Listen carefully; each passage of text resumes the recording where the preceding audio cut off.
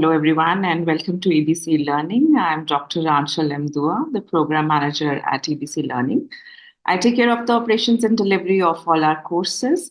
Joining me is my colleague, Dr. Pratima Narayan. She's our Program Director for the Advanced Diploma in Intellectual Property Rights, a course she conceptualized and leads as our subject matter expert, editor, and faculty morning. So this morning, we had some amazing, insightful discussion on sector-specific intellectual property covering entertainment, media, pharma, and traditional knowledge. Now, in the next 1 hour, 1.5 hours, we will have our second panel discussion, which will focus on the IP in the digital age, software and IP, semiconductor and IP, and AI and IP. It's my honor to introduce our esteemed panelists for this session. We have with us Mr. Ishan Arora and Mr. Chirag Bansal. Our first panelist, Ishan Arora, is a registered Indian patent agent and lawyer with over 13 years of experience in the field of intellectual property. His extensive background includes working with top in-house IP teams, KPOs, and law firms globally. Ishan is recognized for his patent prosecution skills and has managed the patent portfolios of several national and international clients. A very warm welcome to you, Ishan. Thank you, Achal. Thank you so much for the introduction. Thank you. Now introducing our second panelist, Mr. Chirag Bansal. He's a highly skilled professional with an MTech in computer science and engineering from NIT Karnataka. He is a registered Indian patent agent and advocate with 8 years of experience in handling Indian and foreign patent prosecution matters. He is currently serving as a managing associate at LexOrbis. Chirag excels in areas such as telecommunication, artificial intelligence, virtual reality, Internet of Things, and other technologies with the information and communication technology domain. A very warm welcome to you too, Chirag. Thanks, Dr. Achal. Thanks for the introduction. Thank you. And I'll be moderating today's session, and we are aiming for having an interactive discussion. So feel free to raise your hands, unmute yourself, and you can engage with both our panelists. And we will also be having a Q&A session towards the end. Now, let's begin our discussion. My first question is for you, Ishan. We would want to understand first the intricacies of patent protection in the context of the rapidly evolving landscape of software-related innovations, AI algorithms, datasets, base, and models. So what key criteria should be taken into account when determining whether an invention is this domain qualifies for patent protection? Over to you, Ishan. Thank you. Thank you, Achal, for the question. So basically, traditional patentability requirements, as everyone would know, relates to, novelty, inventiveness, and industrial applicability, usually. So this is what the patent office will examine if you submit any sort of patent application with them for an examination and a grant. Now, but with respect to software innovations, every time you submit a software related patent application, even before jumping onto these traditional requirements, these three requirements of novelty, inventiveness, and industrial applicability, patent office actually runs an initial check whether an invention actually belongs to patentable subject matter or not. So that's a check, done even before jumping onto novelty part. So they will evaluate whether it constitutes patentable subject matter or not. Now, what the key question here is, what is that eligibility criteria and how to differentiate between patentable software and non-patentable software? So, and what exactly, why there is a controversy with respect to patentability of software, AI, related inventions. So for that, we need to take a step back and slightly more understand how it has been going, from where it all started, and why the controversy actually. So, it was fairly, I would say, straightforward to define a criteria for processes and products related to various mechanical and industrial revolution related inventions when it was happening earlier in 1920s and 30s, let's say in US. But software, it was actually never easy. it was just a code, executing on its own inside a computer box, and majorly what people they were trying to do here is basically automating the manual tasks which were done manually, like searching for something within a file or doing all those stuff. So they were trying to file a patent related to those technology, and trying to also patent methods related to how businesses are done, how financial transactions are conducted, and what processes they were thinking mentally. Method of playing a games were also filed as patents, patent application. So that created a whole lot of controversy, whether to allow such kind of inventions, and whether to allow someone gain a monopoly on those kind of processes or products, running inside a computer box. So that actually triggered the controversy. Then it became really important to define a criteria related to as to how to identify patentable aspects, whether some software is patentable or some software is not patentable. Now, sorry. That whole thing started, I would say, the controversy started back in 1966, almost, when the first software related patent was granted to a British national. And till today, I would say that there has been no concrete set of guidelines which can be followed globally by all patent offices. So whenever we draft a patent application related to software, AI, we have to consider applicants' interests.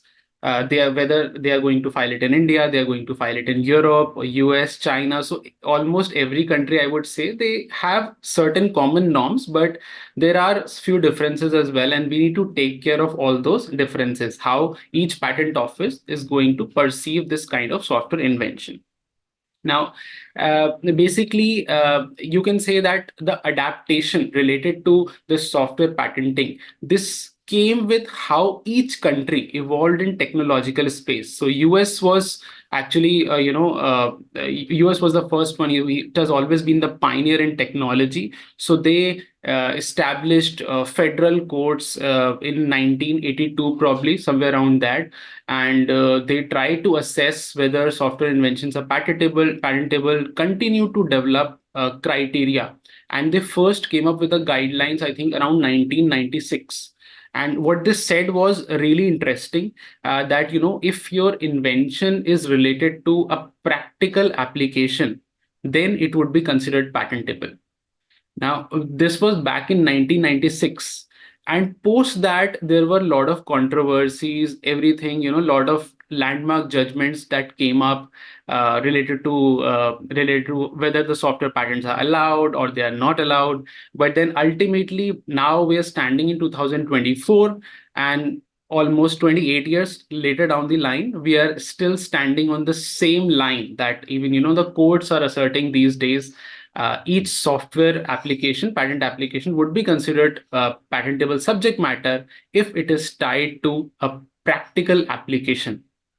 Now, this has been the current line, or going back to your question, Dr. Achal, you were saying like key criteria. So key criteria is whether the software related steps or invention, if it is related altogether to a practical application in real world, then it would be considered as patentable. So that becomes the first line of defense for software invention, and then subsequently we move on to traditional criteria like novelty, inventive step, and industrial applicability.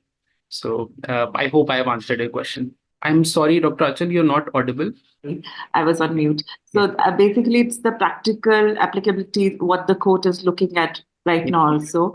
And Ishan, we want to know that more specifically, what all factors are considered by patent attorneys while drafting and prosecuting the patent applications in order to navigate the challenges that are posed by the subject matter eligibility criteria, particularly in jurisdictions where the patentability of software-related inventions is more restrictive. Over to you, Ishan.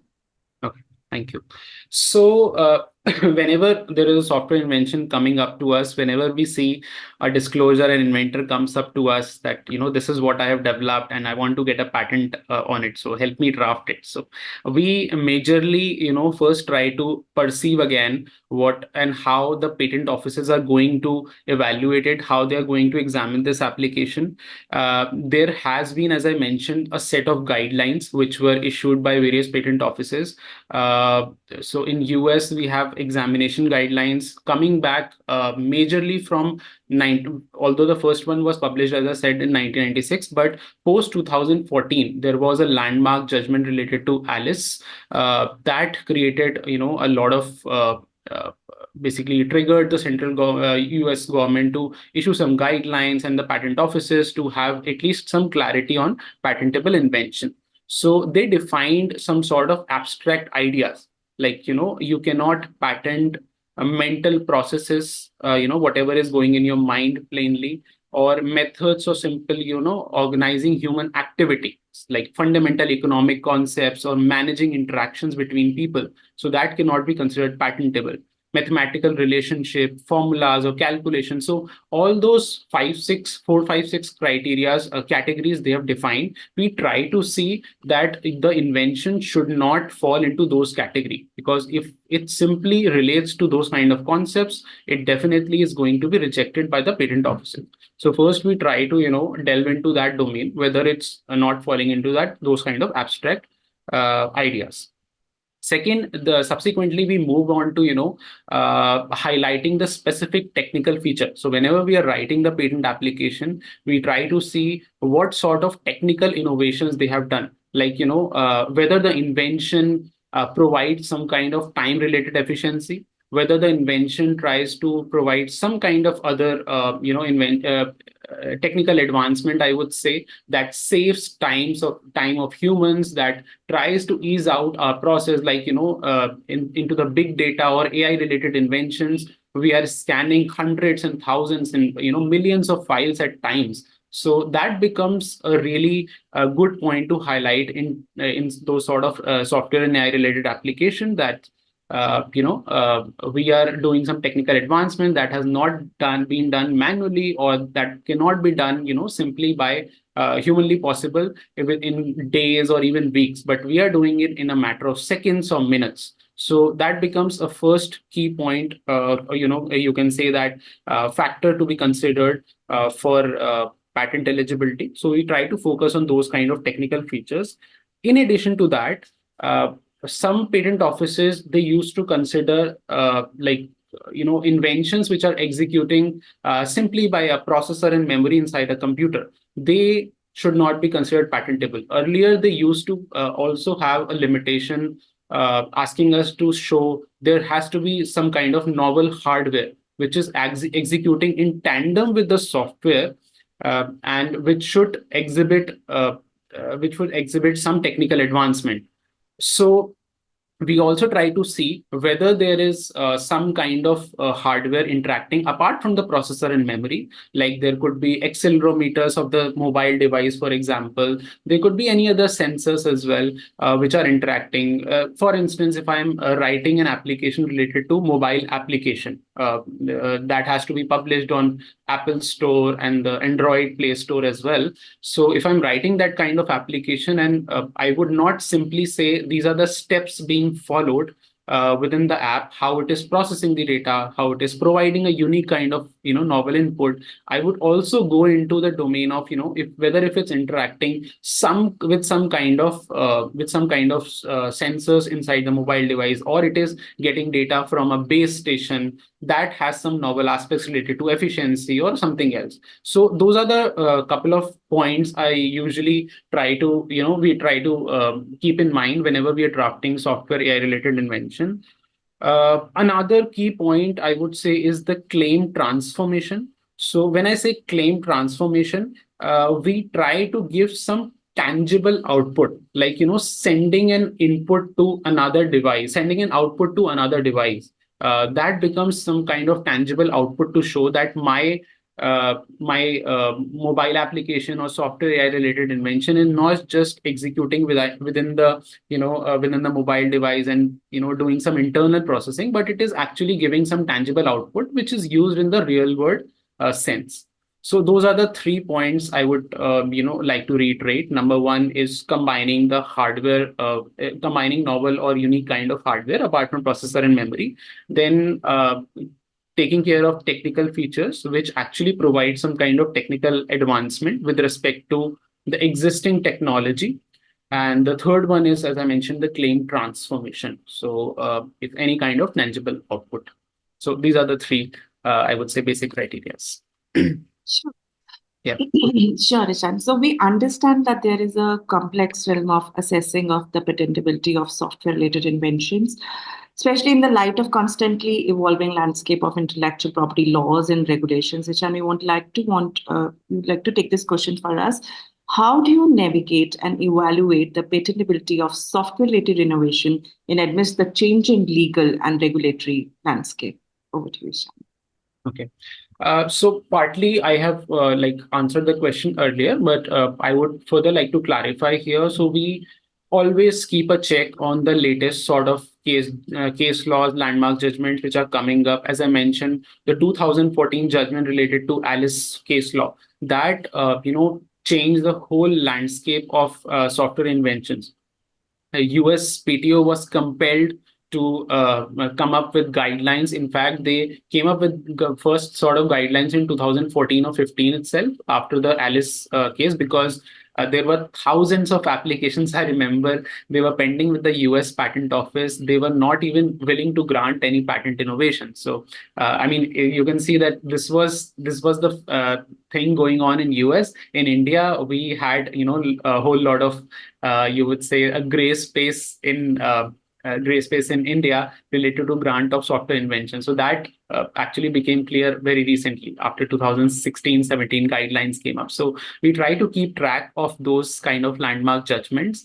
We try to see what the guidelines are being issued by the US Patent Office and various other patent office who are pioneer in technology, who are giving, who are considering software inventions as patentable. They are having a soft heart for software related innovations. So we try to keep a check on that. Then again, we focus on technical implementation and everything. So apart from that, we always, as I mentioned, analyze the invention with respect to novelty, inventive step, and whether it excludes the abstract ideas or not. I gave the 4 examples. And yeah, those are and considering the tangible benefits. So that all summarizes the, my tracking, I would say, when we consider drafting and we assess the patentability of general software related inventions. Sure.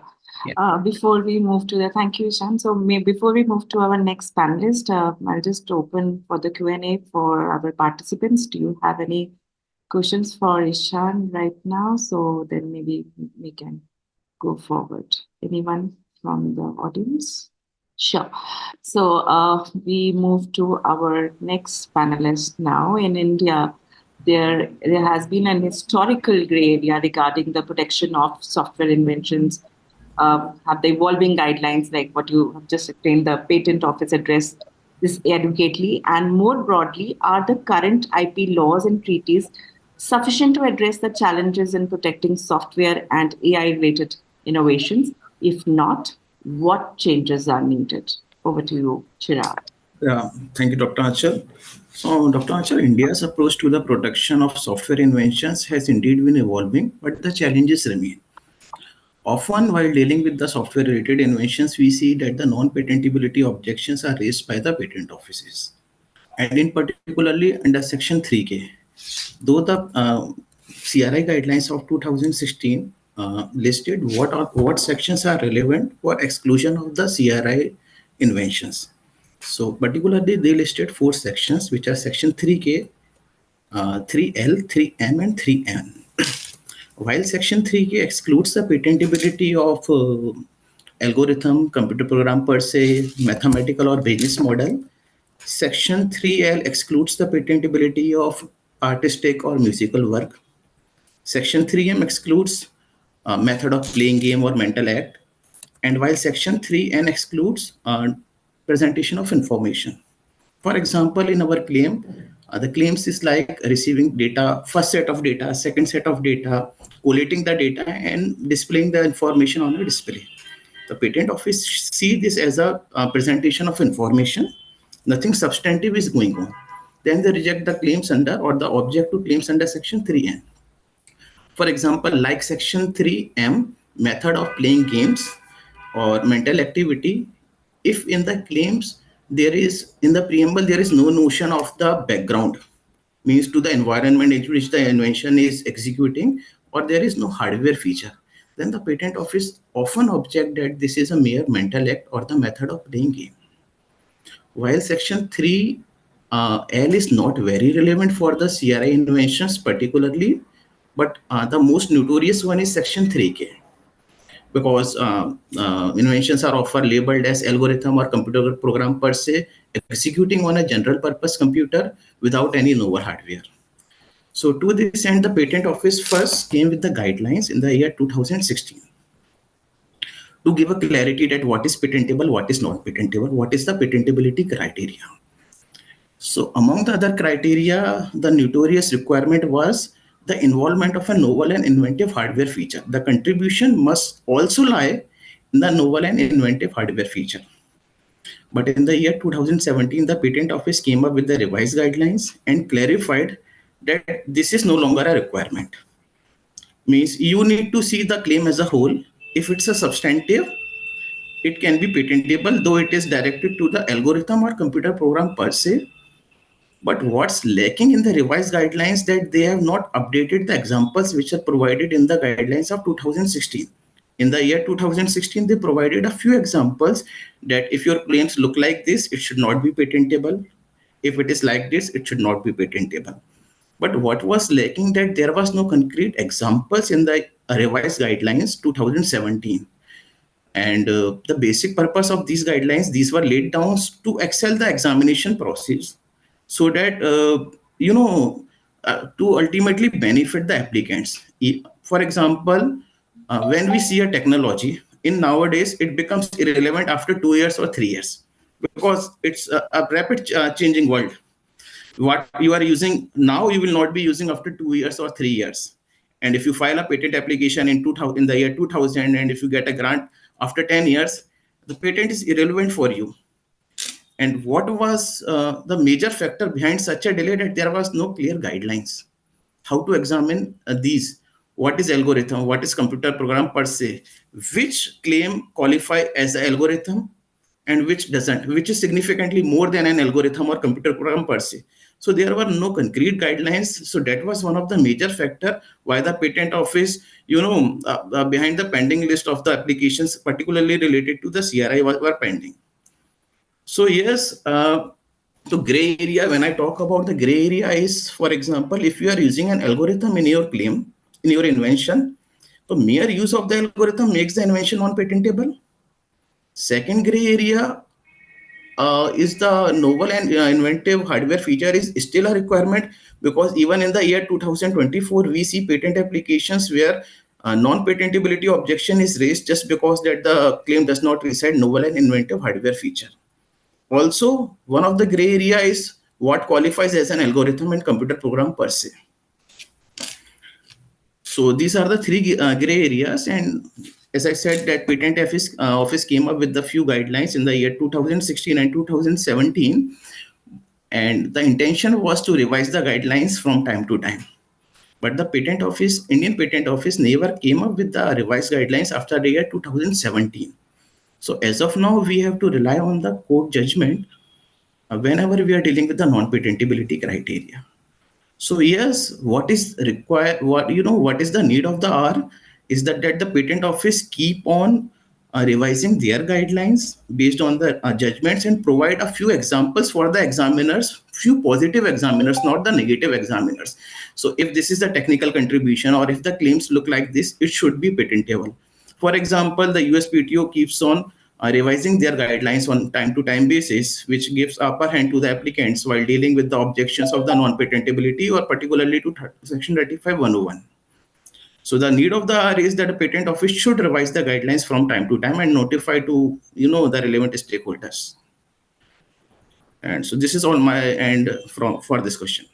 Sure, Chirag. Thank you. And as we understand the intricacies of intellectual property, particularly concerning the software-related inventions, semiconductors, AIs, it is essential to recognize the pivotal role of the court rulings that have played, that you have said, have played in the shaping this landscape. Chirag, could you please highlight a few court rulings which paved a smooth path in navigating the patentability criteria for software-related inventions and which significantly impacted the landscape of IP for software, semiconductors, and AI? Sure, Dr. Achal. So if I have to name a few, I would say the recent judgments which were passed in the case of Farid Alani versus Controller of Patents and Microsoft Corporation LLC versus the Controller of the Patents. So first I will talk about the Farid Alani versus the Controller of Patents. So this has a very long and interesting prosecution history. So the application was filed by the applicant Farid Alani in the year 2003 and the judgment came in the year 2020. So if you look at the events, the application was filed in 2003. The very first examination report was issued by the Indian Patent Office in the year 2005. The applicant responded to the FER first examination report. Thereafter, in the same year 2005, the Patent Office issued the second examination report. And in the year 2005, the Patent Office issued a decision that the application has been abandoned by way of non-filing of the reply of the SER, second examination report. So to this end, the applicant or the petitioner, Farid Alani, moved to the Delhi High Court that in the act, there is no fixed timeline to file a reply to SER. So this is all in the year 2008. Okay. Then the Patent Office, then the High Court asked the Patent Office to, issue a formal hearing to discuss the outstanding objections. So now once again, the matter is in the Patent Office court or with the Patent Office 3K, alleging that the invention is directed to computer program per se. Now the applicant filed an appeal before the Intellectual Property Appellate Board, IPAB, which has now been abolished and the powers now vested to the High Court. So IPAB also rejected the appeal, stating that there is no technical advancement. So a writ petition before the High Court was filed in the year probably 2011 or 13, okay, challenging the decision of the IPAB. And the matter was heard in the year 2019, and the learned judge commented, which I will quote also. Just give me a minute. The learned judge commented that in today's digital world, when most of the inventions are based on computer programs, it would be retrograde to argue that all such inventions would not be patentable. Innovation in the field of AI, blockchain, and other digital products would be based on computer programs. However, the same would not become non-patentable simply for that reason. Further, the judge commented that it is rare to see a product which is not based on a computer program, whether they are cars or other automobiles, microwave ovens, washing machine, refrigerators, they all have some sort of computer program inbuilt in them. Thus, what is relevant is the effect of such programs, including in digital and electronic products, is crucial in determining the test of patentability. So this was the foundation stone laid that if you are dealing with a computer program per se or the CRI related inventions, what the Patent Office need to see whether there is a technical advancement or not, whether they are solving any technical problem or not. So this became all very clear with the comment of the court. But again, the court commented but referred back the case to the Patent Office for examination in view of this. The Patent Office examined the case and again rejected the application. And then finally, the case was granted because once the Patent Office has rejected the case again, the applicant moved to the IPAB and finally the case was granted by the IPAB. So the key learning here is there must be technical contribution and technical advancement. So if you are dealing with any of the rejection, which involve particularly section 3K, algorithm or computer program per se, my advice is what we need to show that there is a technical problem. The invention is solving that technical problem. So basically there is a solution of the technical problem and solution has a technical advancement. Okay. So now here comes the second question. Means so now what we are seeing, the trend of the patent office is that they are not objecting to the method claims, but they are objecting to the apparatus claims, saying that these claims are nothing but the mere implementation of the method. There is no substantial hardware features or the novel hardware feature. Therefore, I am rejecting your claims under section 3K, but only the apparatus claim, not the method claims. So to this end, we have a recent judgment, which is in the case of the Microsoft Corporation Licensing versus LLC, where it was stated, even your invention is implemented on a general purpose computer. When we see say general purpose computer, so computer having a memory and a processor, it's a general purpose computer. So even it is executed on a general purpose computer, but if it enhances the computer functionality, then it must be patentable. So it clarified again that there is no need of the novel and inventive hardware feature to determine the patentability of the computer related inventions.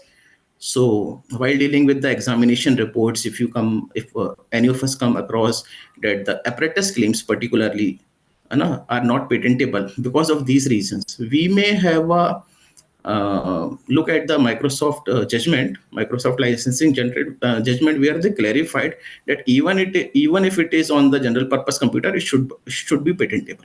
So yes, these are the two landmark judgments which came recently and helping patent professionals a lot. Sure. Thanks, Chirag. Now, as we explore the transformative area of big data, it becomes important to address the multifaceted challenges that surrounds the protection of intellectual property rights, particularly when we talk about data ownership, usage, and access within the AI-driven applications. Ishan, we would want to know from you what challenges arise in protecting intellectual property rights relating to data ownership, usage, and access in AI-driven applications. Over to you, Ishan, for discussion. Thank you. Thank you, Dr. Achal. So, ownership, usage, and access of AI. So in this big data era, there has been, a lot of exciting opportunity, I would say, for innovation, but it has actually thrown up some complicated challenges related to ownership, and there has been a lot of debate going on currently around the world. I would also jump into, some case judgments as well later on. They have basically started a debate around the world on who would own AI related invention, because when we talk about AI, it means artificial intelligence. So there is artificial intellect developing within the AI. Whether can we give some ownership to them or not? So that has been the challenge. So mainly going back to your question related to data ownership. So yeah, ownership becomes a challenge because, as you're aware, artificial intelligence, AI related models and machine learning models, they have a training phase and they have an inference phase. So training is basically we are trying to train those artificial models or neural network models as to how they would perform in the real world. So training those AI models takes a lot of data. We can let's take an example of a AI model related to orthopedic diseases, where we are trying to train a model to assess number of X-rays or CT scans on how to identify whether there is a fracture or there is another related orthopedic issue. So for that, we need to train the AI model using hundreds and thousands of X-rays that have been done in the past historically. We try to feed those X-rays and say that, if this kind of picture comes of X-ray or a CT scan, you have to say that this is what, the disease is, this is what the issue is currently. So that is the simple training phase. Now, in the data ownership, in the AI and big data, the challenge becomes on whose data is it, because the doctors and hospitals would be providing those data for training the AI models. Now, whether you can give the ownership to AI, you can give the ownership to who is accessing the platform where the AI is trained, or whether to give data to the developer who has developed the AI model. So that has become quite a challenge as to who owns the data ownership, because the AI model, which ultimately the artificial intelligence which you are going to deploy in real world, who is going to own it, because the data in which the AI model was developed, it's being owned by many different entities. So that is a challenge with the data ownership actually. Now, whether it can be collective ownership or it can be individual ownership, that is passing on the debate actually. Second important part is, as I mentioned, that AI model comprises a training phase and the inference phase. So inference is when the trained model is deployed in the real world. Again, going back to the X-ray example, let's say any artificial intelligence model which is already trained on identifying orthopedic issues, it is deployed in a clinic or let's say in a pathology lab, where you just input a CT scan on an X-ray, and the AI is capable enough to identify an orthopedic issue. So when you deploy that, there will be some sort of inference. Inferences mean just the output of AI model, that these are the 5 or 6 issues that I am identifying. Now, who is going to own that output? That has become another challenge on data ownership. So who is going to own the basically the training data, and who is going to own the output data? So that is the specific issues with the data ownership. Second thing which you mentioned is the data usage. Now again, data usage is again linked to training data and inference data, and whether you can use the AI data freely or not. Who can use the AI data freely? That has become again a challenge with respect to ownership. Now, sorry. Apart from that, there are a lot of issues with respect to the data usage inside the AI model. Some people, manipulation can be done everywhere. Now, AI models can be trained, and what is happening inside the AI model, you just don't know how it was manipulated, because it becomes a black box for you, right? It is completely a black box. What processing is going on inside? How are the neural layers behaving inside the AI model to give you a certain output? That is not clear in any case. Nobody can predict that, because they have to go inside the layers of the model. How when you feed this kind of input, what sort of output it will provide, that is not clear. It's very hard to determine. So that becomes another challenge with respect to the fair usage of AI, data usage, or I would say the AI and models usage. The third one was the data access. So basically, the open access and then the proprietary control, who is to be given, again, that becomes a challenge. And basically in terms of data access, there is a strong need for a basically data sharing agreements between the party on who is going to use it, how it's going to use it. So there has been no laws or guidelines issued specifically by a lot of jurisdictions. Only probably I think US is the first country which has come up with a set of guidelines. I think just 10 or 12 days back only, 13 February 2024, it came into effect. And otherwise, that they sort of try to bridge the gap and clear some sort of, lay down some sort of structure with respect to the AI ownership. But still, that is not very clear. They are just mentioning whatever whatever contribution is there by the humans behind the AI model working on that, their contribution is really important, and they should be given the due credit for creation of the AI, but not the AI itself. So I am pretty sure that it's going to evolve over a period of time, and we are going to get a formal structure very soon within the next 2, 3, 4 years. So that is the hope. Yeah, these are the basic challenges with respect to ownership, usage, and access. Sure. So there is no clear picture who owns the IP-generated AI systems, Ishan, currently? Basically, there has been a landmark judgment, I would say. There Yes, is that's what my next question is. yeah. Yeah. Yeah, so there is Mr. Stephen Heller, who has been giving a lot of who has been in the media of lately. He filed a couple of patent applications in multiple jurisdictions, Australia, US, UK, New Zealand. He went everywhere and filed those AI-related application and tried to mention that my AI, it's called Debus. So that Debus device is basically should be considered as an inventor and not the human. I am not going to take the credit behind this invention. You have to give the credit to Debus for those two patent applications, because that Debus invented those inventions. So a lot of patent offices, they took a backseat on how to give ownership to the AI. So that became a challenge, and a lot of courts debated on that. Mostly, it has been dismissed in a lot of jurisdiction. I think UK was the one who dismissed this just a couple of months back only in December, UK Supreme Court, and it's still going on in a lot of jurisdiction. I know it's not going to stop so easily. And yeah, so that created a controversy. And then subsequently, US had to draw some guidelines. As I mentioned, they came 10, 12 days back only. And in that, US has US, UK, and all major jurisdiction, they are sticking to their old traditional basically law only, that ownership belongs to a natural person. It cannot be given to AI. So Okay. that has been the line of thought as of now around the globe.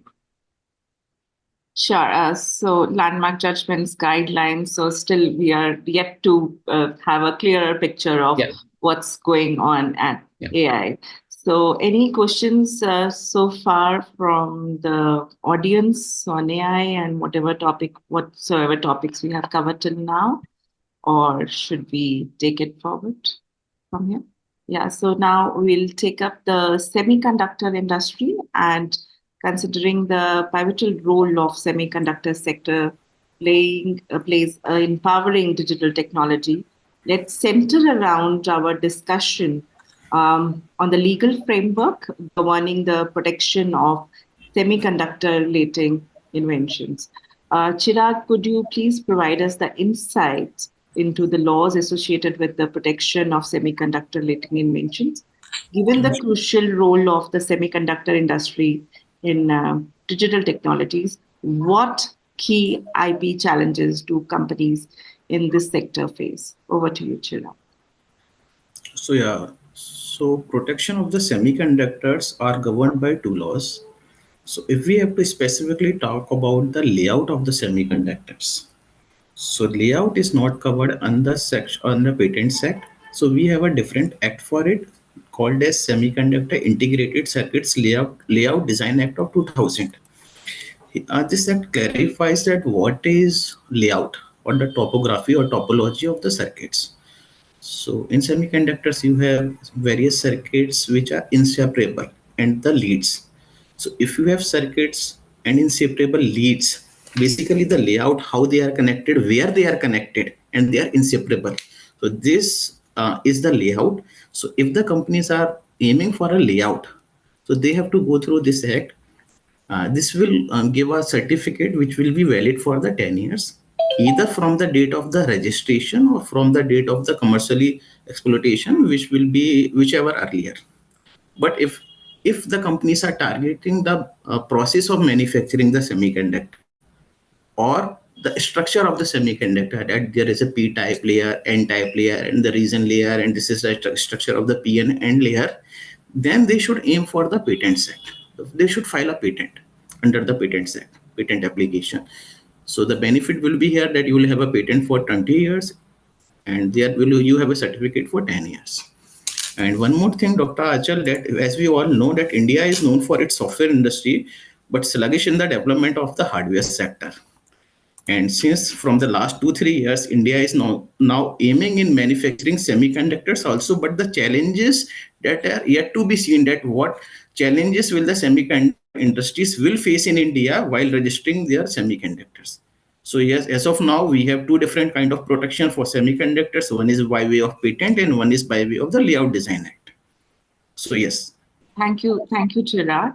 I think we can now open the floor for Q&A sessions. Anyone from the audience, you can just unmute yourself and ask your questions, please.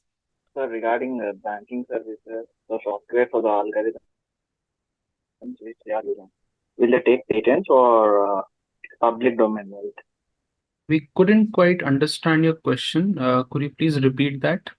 So regarding the algorithms, the software which banking services are using, I mean the apps which are using, they will take the patents or they might not take the patents because it is a public domain where everyone will get access to that.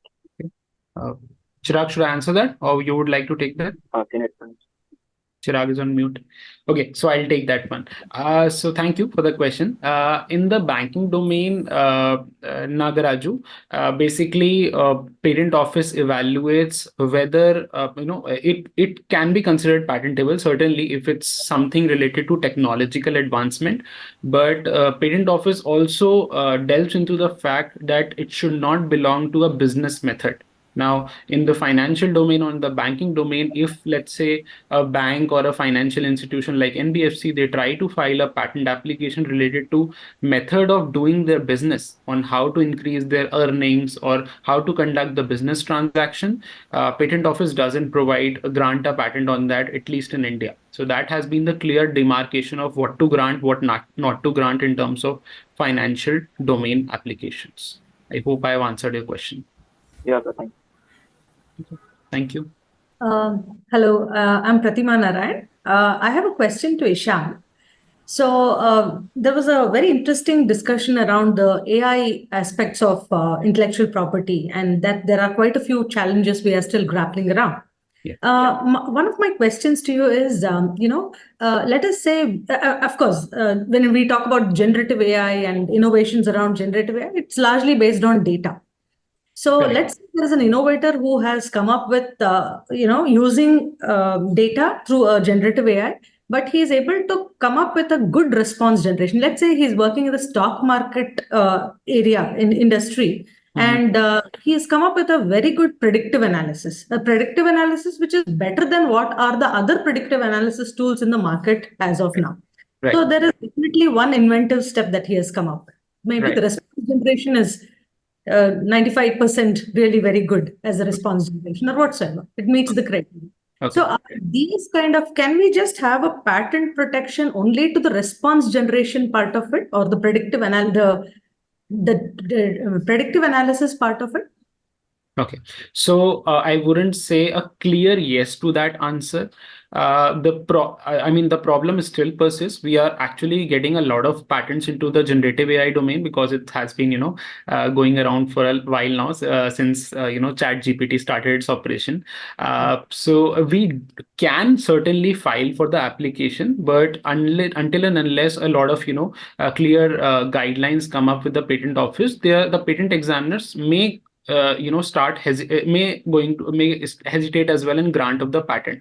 But then if the predictive analysis certainly has some kind of technical innovation with respect to the existing technology, as you mentioned that 95%, it is certainly better than what is ongoing in the market with respect to the stock market predictive analysis thing, what is the output we are giving. So certainly we can try to output that, but I would say the process itself involved in the predictive analysis, that is considered more patentable rather than just the output. So output is the final transformation or the tangible thing we are getting as a part of the processing. So we should be more keen on filing, or the patent office is more keen on the processing part, how is inside the inside the layers, how the processing is being done, and what innovation is there in the technical innovation is there within the layers with respect to the processing that actually produce the output. So processing, I would say we need to focus upon. Okay, thank you. Yeah. Thank you.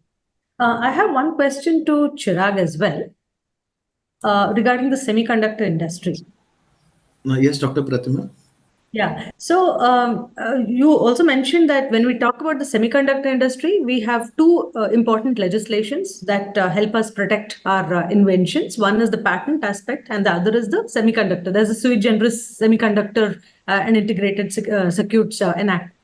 Correct. How I just want to understand. I mean, while we were just looking at some of the registrations under the semiconductor, enactment, we were able to find only a very few. I think two major inventions around the semiconductor which have been registered in India.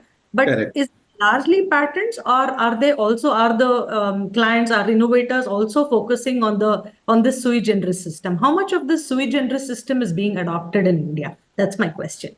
So as I said that we are yet to see how the semiconductor industry adopt with the challenges, and in particularly the registration of the layout design. As of now means from last 8 years I'm prosecuting patent related applications, and whenever I advise that we have two options available, so most of the time I get an answer that we would like to go ahead with the patent, because we are not actually manufacturing in India, so we do not need a design registration, and we are not even targeting in nearest future to manufacture in India. So yes, that's the primary reason why you would not be able to find many applications or registration certificate for the layout design. Okay. Excellent. Yeah. Thank you. Thank you, Dr. Pratima. Thank you, Chirag. Thank you, Ishan. Anybody else from the audience want to take your question to our panelists now? Anyone? Sure. Thank you, Ishan, Chirag, for your valuable insights. I think this discussion has been engaging, informative, and this panel discussion is one of our part of our advanced diploma in intellectual property rights. We have various other components, which includes a lot of informative videos, relevant readings and cases, materials, exercises, and other assignments, to name a few. This is our most exceptional, rigorous, and comprehensive programs. And yes, our faculty, as you all are aware, are all industry experts and professionals. So all our classes are on workshop mode and practical training. So if you are interested in taking up our next upcoming cohort and would want to understand on the curriculum and the structure, you can contact us. I'll be sharing my email ID on the chat box. Thank you all for joining us today, and a special thanks to all our panelists. Thank you, Dr. Pratima. Until we meet next time, thank you, and I have a great Sunday ahead. Thank you. Thank you so much. Thank you so much, Raja. Thank For your valuable time on Sunday. Thank you so much. Thank you. Bye. Have a good day. You too. Thank you. Thank you, sir. Thank you, ma'am. Thank you.